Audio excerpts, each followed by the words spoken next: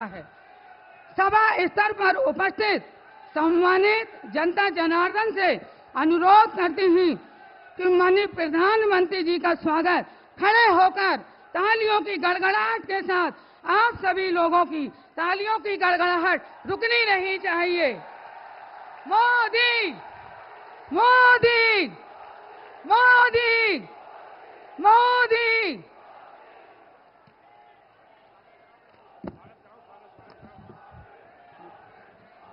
अब मैं प्रदेश के उप मुख्यमंत्री आदरणीय श्री ब्रजेश पाठक जी से विनम्र अनुरोध करती हूं कि वैश्विक स्तर पर हम सभी देशवासियों का मान सम्मान बढ़ाने वाले युग पुरुष माननीय प्रधानमंत्री जी को स्मृति चिन्ह देकर स्वागत करें।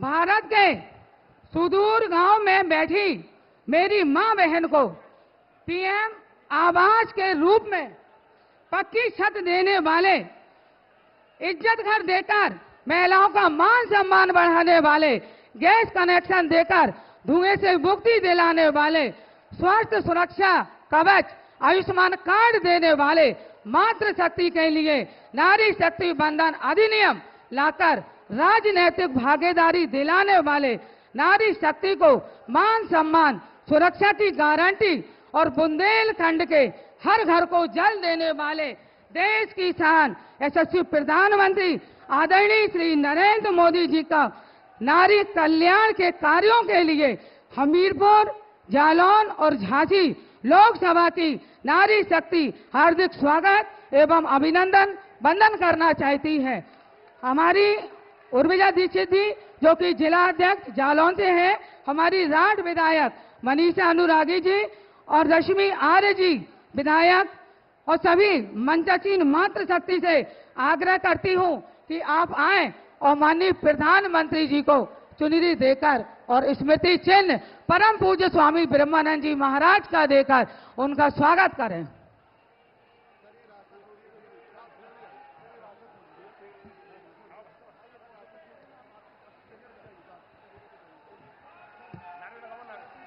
भारत माता की, भारत माता की। इसी क्रम को स्वामी जी, स्वामी जी, इसी क्रम को आगे बढ़ाते हुए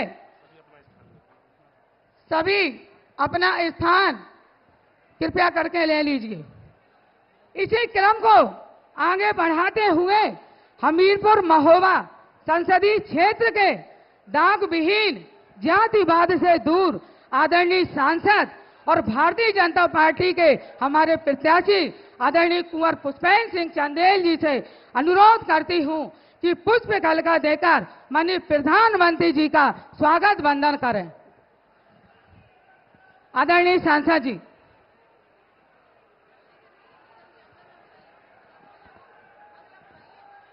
अब मैं प्रख्यात वीरांगना रानी लक्ष्मीबाई जी की धरती से पधारे झांसी से सांसद और भारतीय जनता पार्टी के आदरणीय श्री अनुराग शर्मा जी से अनुरोध करती हूं कि आए और पुष्प देकर माननीय प्रधानमंत्री जी का स्वागत और अभिनंदन वंदन करें। इसी क्रम में बुंदेलखंड के सबसे वरिष्ठ सांसद आदरणीय केंद्रीय राज्य मंत्री और भारतीय जनता पार्टी के प्रत्याशी आदरणीय श्री भानु प्रताप वर्मा जी सांसद उरई जालौन को आमंत्रित करती हूं कि वह आए और माननीय प्रधानमंत्री जी को पुष्पकली देकर अभिनंदन करें। इसी क्रम को आगे बढ़ाते हुए माननीय उप मुख्यमंत्री आदरणीय श्री ब्रजेश पाठक जी से मेरा विनम्र अनुरोध है कि आप परम आदरणीय प्रधानमंत्री जी के स्वागत में स्वागत उद्बोधन देने की कृपा करें। भारत माता के, भारत माता के। हमीरपुर राठ की ऐतिहासिक धरती पर, स्वामी जी की धरती पर दुनिया के सर्वाधिक लोकप्रिय नेता, भारत में करोड़ों गरीबों की धड़कन, जन जन की आवाज, आदरणीय प्रधानमंत्री नरेंद्र मोदी जी का आप सबकी तरफ से हृदय से स्वागत करता हूं, अभिनंदन करता हूं, वंदन करता हूं और आभार प्रकट करता हूं कि आदरणीय प्रधानमंत्री जी ने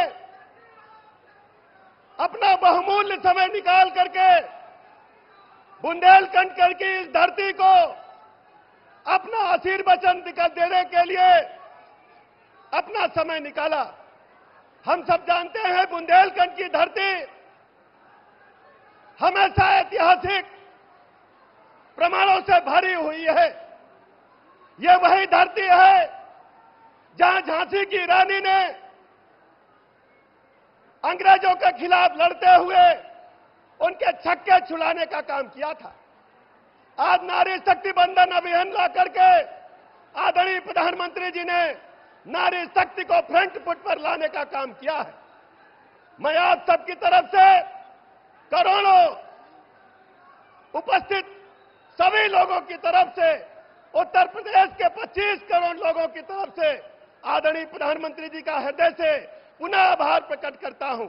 मैं बहुत अधिक समय न लेते हुए सीधे सीधे आदरणीय प्रधानमंत्री नरेंद्र मोदी जी से आग्रह करता हूं, कृपा पूर्वक अपना आशीर्वचन देने का कष्ट करें। बहुत बहुत धन्यवाद।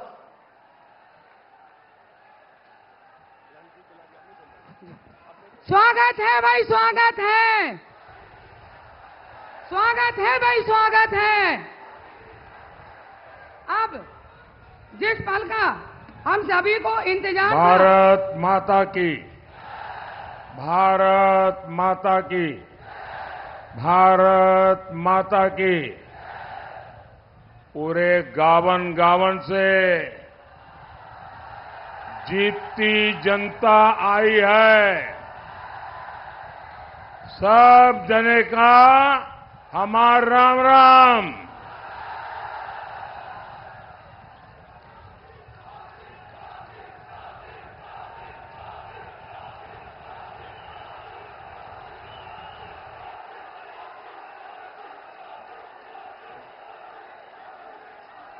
मैं माता बड़ी चंद्रिका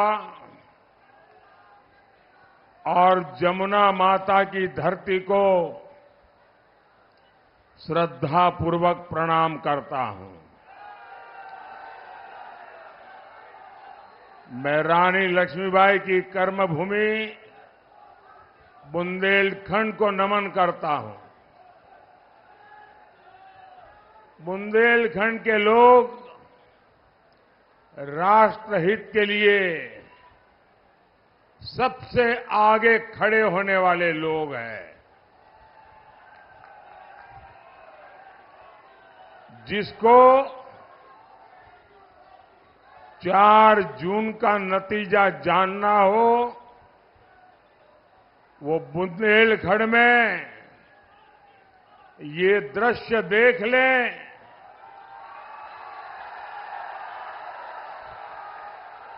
बुंदेलखंड कह रहा है, फिर एक बार, फिर एक बार, फिर एक बार। साथियों, यहां आप सबके बीच आने से पहले मैंने स्वामी ब्रह्मानंद जी को भी प्रणाम किया।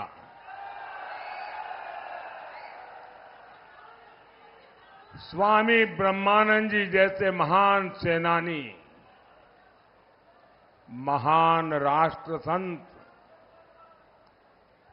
अमृत महोत्सव के दौरान हम सब ने उनका पुण्य स्मरण किया था। हमारी सरकार ने उनके योगदान को इतिहास में दर्ज किया, लेकिन पिछली सरकारों ने उन्हें कभी सम्मान नहीं दिया। वो सारा श्रेय केवल एक शाही परिवार को देना चाहते थे। दलितों, पिछड़ों को सम्मान मिले, ये उन्हें स्वीकार नहीं था। साथियों, आज मैं आपको सपा और कांग्रेस से सावधान करने के लिए आया हूं।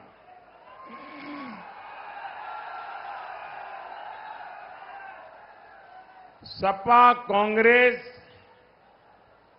केवल आपका वोट तो ले लेते हैं, लेकिन ये लोग सरकार में आते हैं तो सौगात किसको बांटते हैं?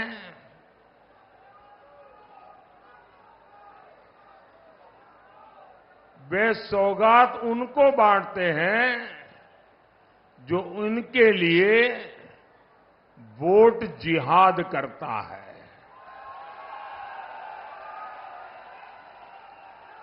ये फोटो वाले सब फोटो नीचे रख दो और अपने हाथ नीचे करके आराम से बैठो। पीछे लोग डिस्टर्ब हो रहे हैं।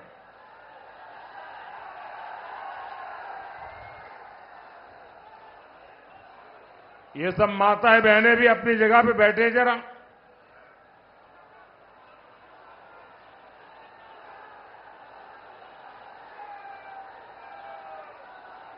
ये आप लोग जगह कब्जा करते हैं, पीछे वाले परेशान होते हैं भाई।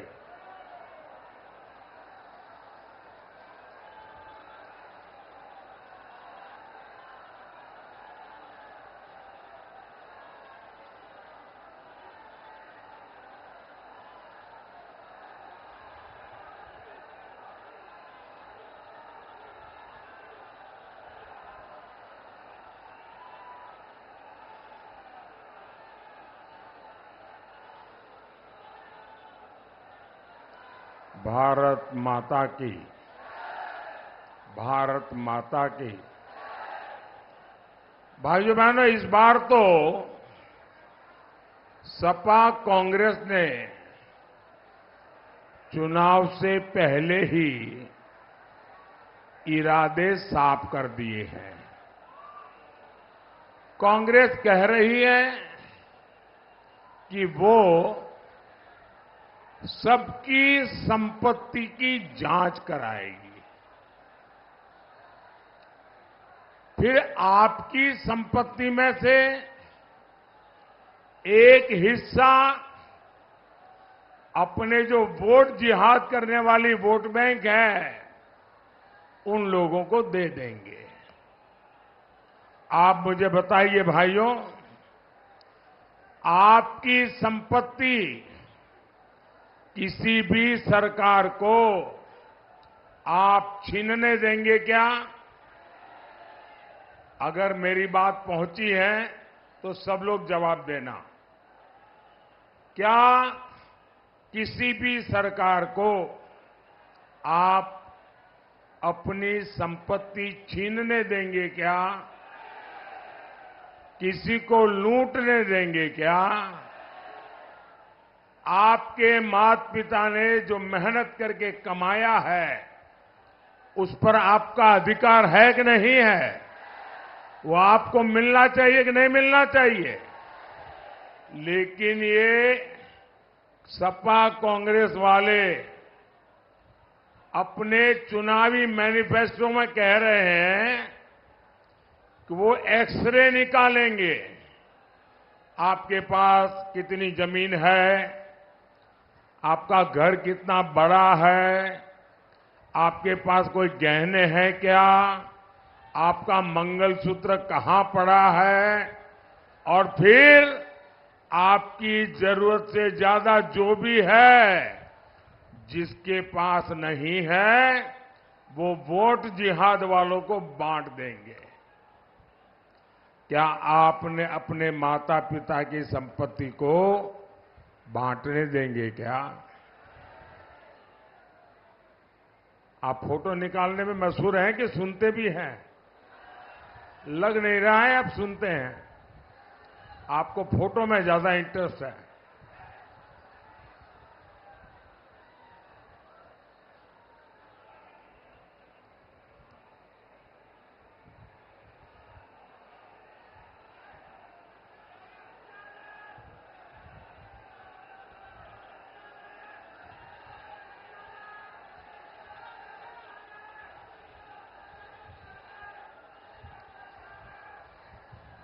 देखिए, जगह कम है, कृपा करके आगे आने की कोशिश मत कीजिए। जहां है वहां खड़े रहिए ना।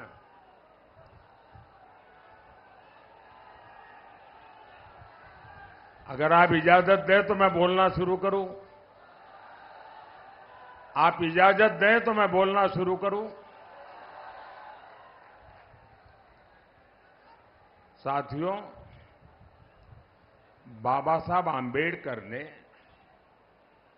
धर्म के आधार पर आरक्षण का घोर विरोध किया था और हमारी संविधान सभा ने भी तय किया था कि हमारे देश में कभी भी धर्म के आधार पर आरक्षण नहीं होगा। लेकिन जहां कांग्रेस सरकार है, वहां ये लोग दलितों, पिछड़ों, उनका आरक्षण कम करके उसे भी मुसलमानों को देना उन्होंने शुरू कर दिया है।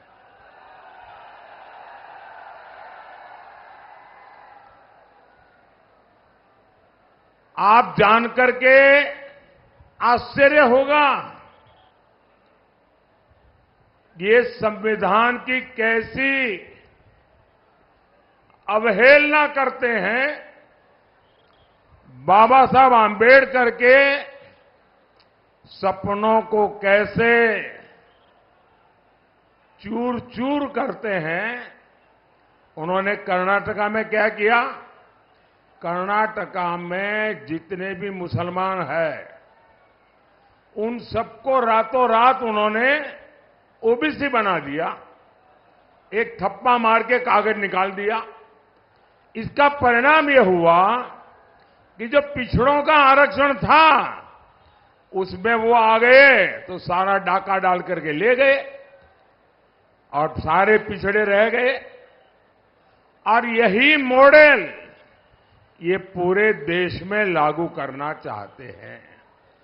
आप क्या हमारे एससी, एसटी, ओबीसी का हक लूटने देंगे क्या? छीनने देंगे क्या? सपा कांग्रेस को ये पाप करने देंगे क्या?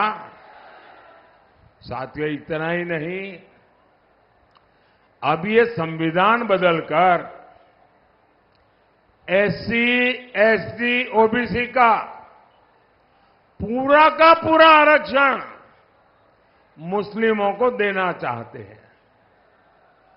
मैंने समाजवादी पार्टी से कहा था, अरे आप तो दिन रात पिछड़ों की बातें करते हो, पिछड़ों की राजनीति करते हो, आप तो हिम्मत करके ये पिछड़ों के साथ जो अन्याय करने का षड्यंत्र चल रहा है, पिछले दरवाजे से पिछड़ों का आरक्षण लूटने का जो जाल बिछाया जा रहा है, जरा उसका विरोध तो कीजिए।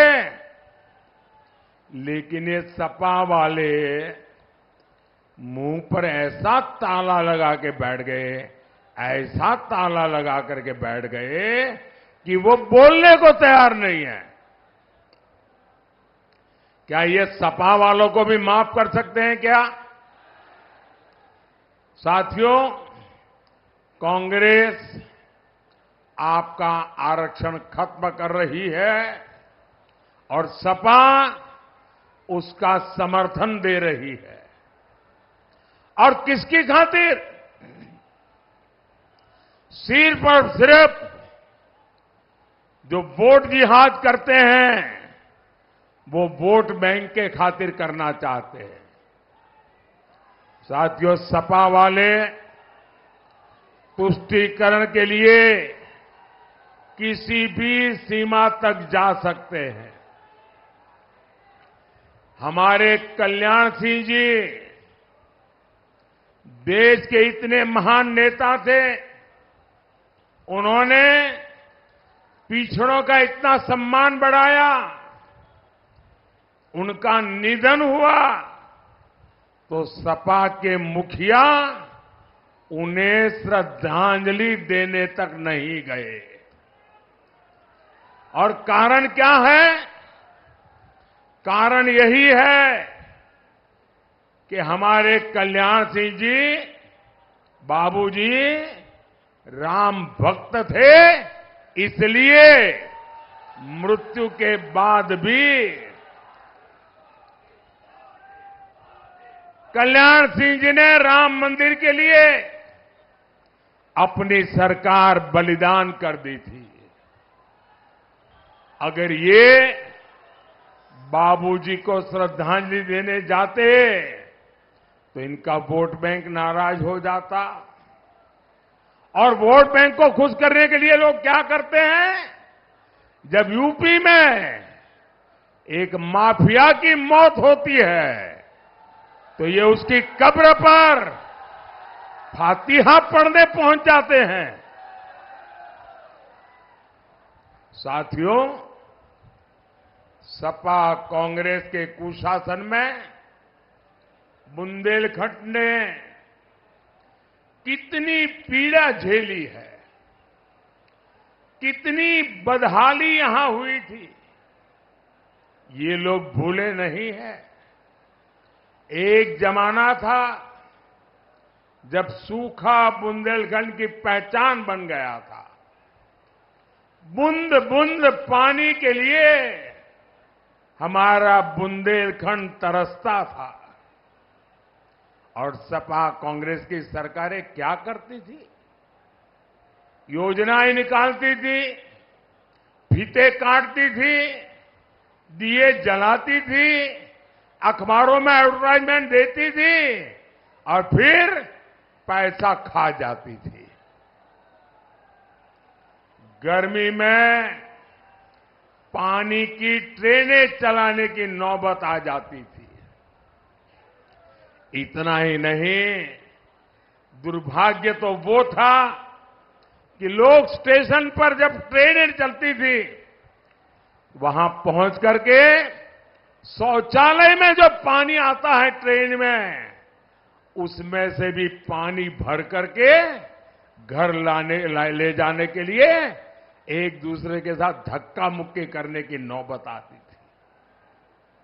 आज जो नई पीढ़ी के लोग हैं, जो फर्स्ट टाइम वोटर है, शायद न उन्होंने ये देखा होगा न सुना होगा। मैंने बहुत सालों तक यहां संगठन का काम किया है। मैं आपके दर्द को जानता था और मेरे गुजरात में इस क्षेत्र के बहुत लोग रहते हैं, उनसे मेरा बड़ा निकट नाता है। वे जब यहां का वर्णन करते थे, आंख में से आंसू आ जाते थे। लेकिन सपा कांग्रेस ने यही हाल बना रखा था बुंदेलखंड का। साथियों, इन लोगों ने सूखे को, ये तो बुंदेलखंड की किस्मत है, हम क्या करें, हाथ ऊपर कर दिए थे। लेकिन साथियों, चुनौती को चुनौती देना, उसका दूसरा नाम है मोदी।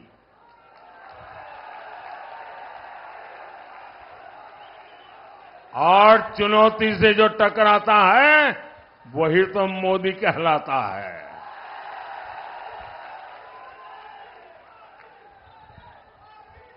लेकिन आपने आपके इस सेवक मोदी पे भरोसा किया। मोदी ने इस संकट से लड़ने के लिए खुद को खपा दिया। हमने जल जीवन मिशन शुरू किया। सिर्फ 5 साल में हमने 12 करोड़ से ज्यादा घरों तक नल से जल पहुंचाया है। हमने इस क्षेत्र में सैकड़ों की संख्या में पानी की टंकियां बनवाई है। आज इस क्षेत्र में 400 से ज्यादा गांवों में पानी पहुंच चुका है। करीब 1.25 लाख घरों में शुद्ध पानी के कनेक्शन दिए जा चुके हैं। मैं बुंदेलखंड में काम की रिपोर्ट लगातार लेता रहता हूं। जो समस्याएं बची हैं, उन पर भी काम चल रहा है। हमारी सरकार ने केन बेतवा लिंक परियोजना पर भी काम शुरू कर दिया है और केन बेतवा लिंक कैनाल के लिए हमारी सरकार आपको पानी मिले, आपकी पानी की समस्या दूर हो, इसलिए मोदी ये सरकार 40,000 करोड़ रुपए से ज्यादा खर्च कर रही है।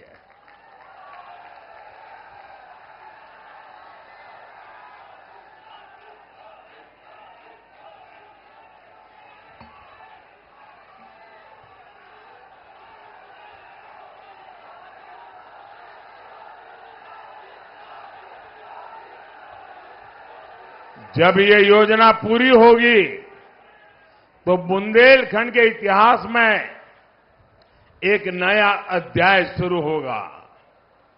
विकास को नए पंख लग जाएंगे। और याद रखिएगा, ये योजना सिर्फ और सिर्फ भाजपा ही पूरा कर सकती है। और इसलिए बुंदेलखंड के तेज विकास के लिए मैं आपके पास भाजपा को आशीर्वाद देने के लिए मांग करने के लिए आया हूं। साथियों, पिछली सरकारों ने बुंदेलखंड के किसानों को आत्महत्या के लिए मजबूर किया था।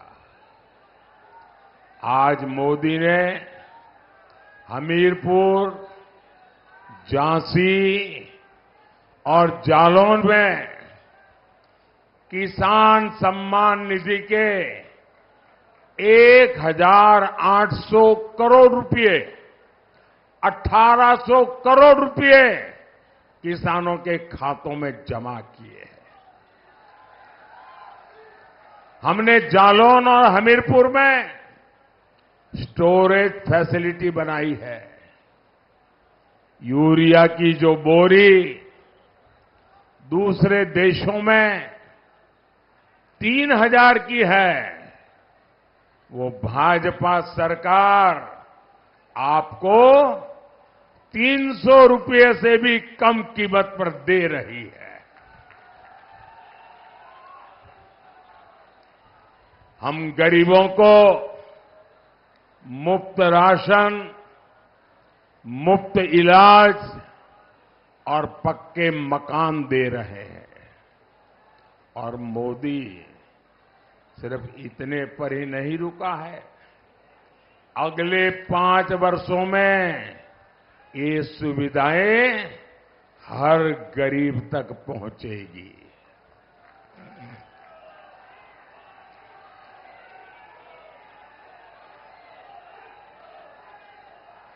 आप लोग मेरा एक काम करेंगे, अगर आप सबके सब हाथ ऊपर करके बताते हैं तो फिर मैं बोलूंगा। क्या आप मेरा एक काम करेंगे? आप मेरा एक काम करेंगे? आप मेरा एक काम करेंगे? आप गांव-गांव जाते होंगे, अलग अलग बस्तियों में जाते होंगे। अगर कहीं पर भी आपको इक्का दुक्का ऐसे परिवार मिल जाए जिनके पास पक्का घर नहीं है, वो झोपड़ी में रहते हैं, कच्चे घर में रहते हैं। कोई ऐसे परिवार जिनको गैस का कनेक्शन नहीं मिला है, तो मेरी तरफ से मैं आपको कहता हूं, आप उनका नाम पता लिख करके मुझे भेज दीजिए।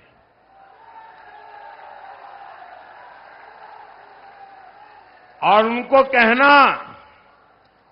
कहना कि मोदी जी हमीरपुर आए थे और मोदी जी ने गारंटी दी है कि 4 जून के बाद जब नई सरकार बनेगी तो आपका मकान भी बनेगा। आप मेरी तरफ से उनको गारंटी दे देंगे? गारंटी दे देंगे? मेरे लिए तो आप ही मोदी है। और इस काम के लिए हम 3 करोड़ नए पीएम आवास बनाएंगे, ये मैं आपको गारंटी देता हूं।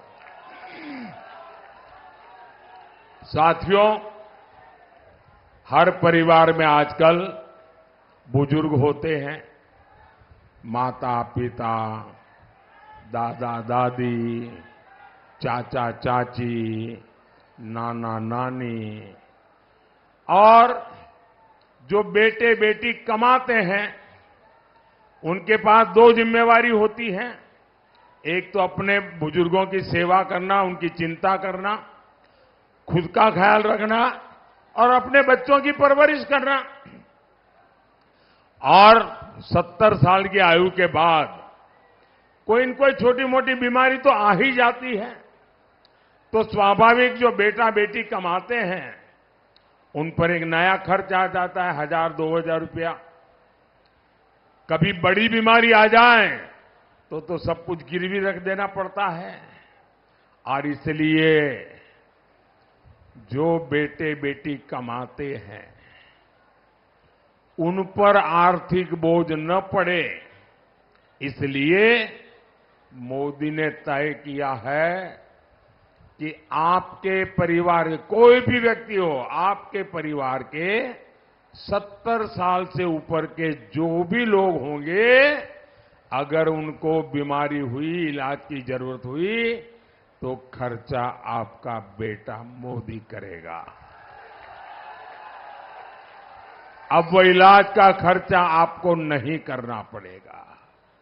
भाइयों बहनों, मेरा एक और संकल्प है, जो हमारी बहनें जिनके अंदर महारत है उनको मैं ऐसे नई नई चीजें सिखाना चाहता हूं, काम के अवसर देना चाहता हूं। और मैंने तय किया है कि मैं 3 करोड़ लखपति दीदी बनानी है मुझे। ये 3 करोड़ लखपति दीदी, ये बहुत बड़ा काम है, लेकिन मोदी को बड़े काम करने की आदत है।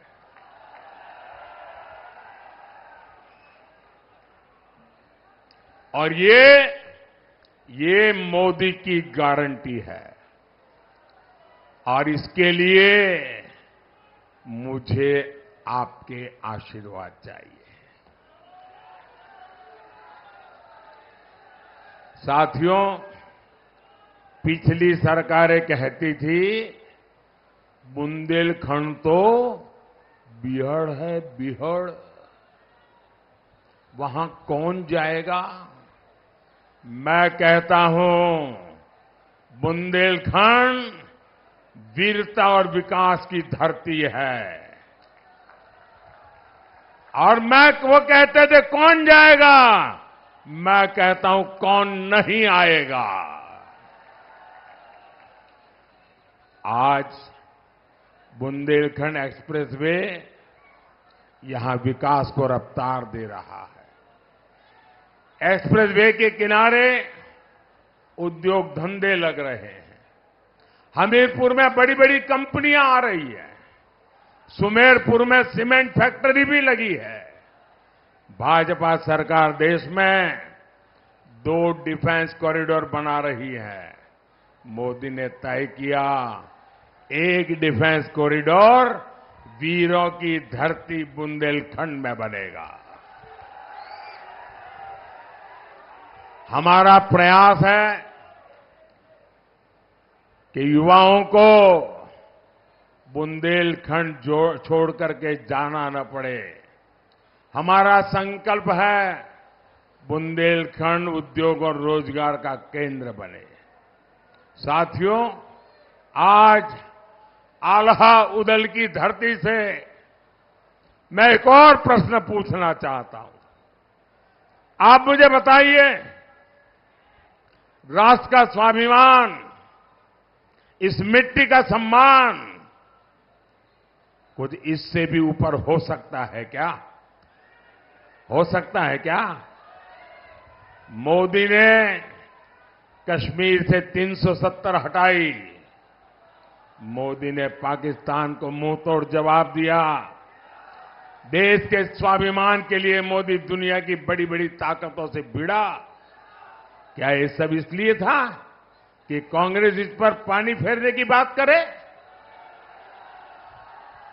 आप देख रहे होंगे, कांग्रेस पार्टी कह रही है कि वो कश्मीर में फिर से आर्टिकल 300 वापस लाएंगे और लगा देंगे।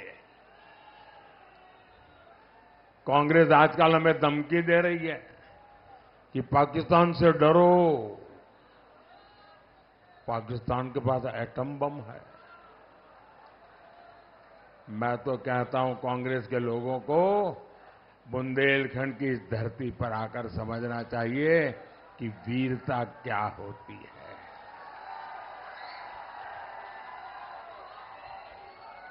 आप मुझे बताइए, हम पाकिस्तान को घर में घुसकर मारकर आए थे कि नहीं आए थे? पाकिस्तान ने फिर कभी मुंह उठाने की हिम्मत की क्या? पाकिस्तान के पास परमाणु बम है। इसकी धमकी देने वालों को पता नहीं है, उनको उसके रखरखाव का खर्चा नहीं है, उनके पास संभालने का खर्चा नहीं है। उनके पास साथियों, वो कहते हैं मिसाइलें हैं। हम बुंदेलखंड में जो डिफेंस कॉरिडोर बना रहे हैं ना, वो पटाखे बनाने के लिए नहीं है, मिसाइल बनाने के लिए है।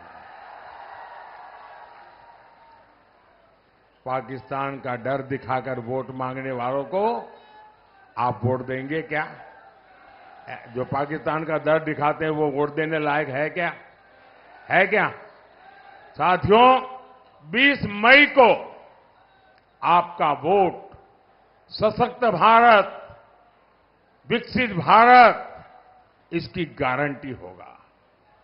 हमीरपुर में कुंवर पुष्पेंद्र सिंह चंदेल जी, जालौन में भानु प्रताप सिंह वर्मा जी और झांसी से श्री अनुराग शर्मा जी, आप इनके पक्ष में ज्यादा से ज्यादा मतदान करवाइए। कमल पे बटन दबाएगा, और जब आप कमल पे बटन दबाएंगे ना, तो वोट सीधा सीधा मोदी के खाते में जाएगा।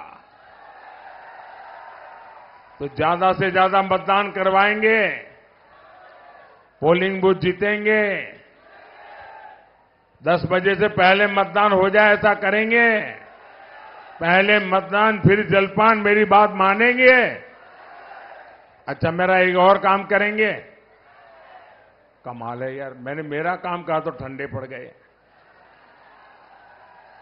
मेरा एक काम करेंगे,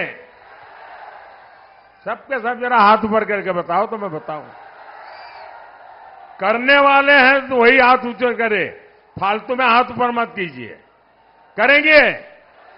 अच्छा, एक काम करना, इन दिनों ज्यादा से ज्यादा लोगों को मिलना, ज्यादा से ज्यादा घरों में जाना, ज्यादा से ज्यादा परिवारों में जाना, और परिवार में बैठ करके कहना सभी परिवार के मुखिया को कि बोले मोदी जी हमीरपुर आए थे, और हमीरपुर में आए थे तो मोदी जी ने खास आपको जय श्री राम कहा है। मेरा जय श्री राम पहुंचा देंगे? पक्का पहुंचा देंगे? बोले भारत माता की, भारत माता की। बहुत बहुत धन्यवाद।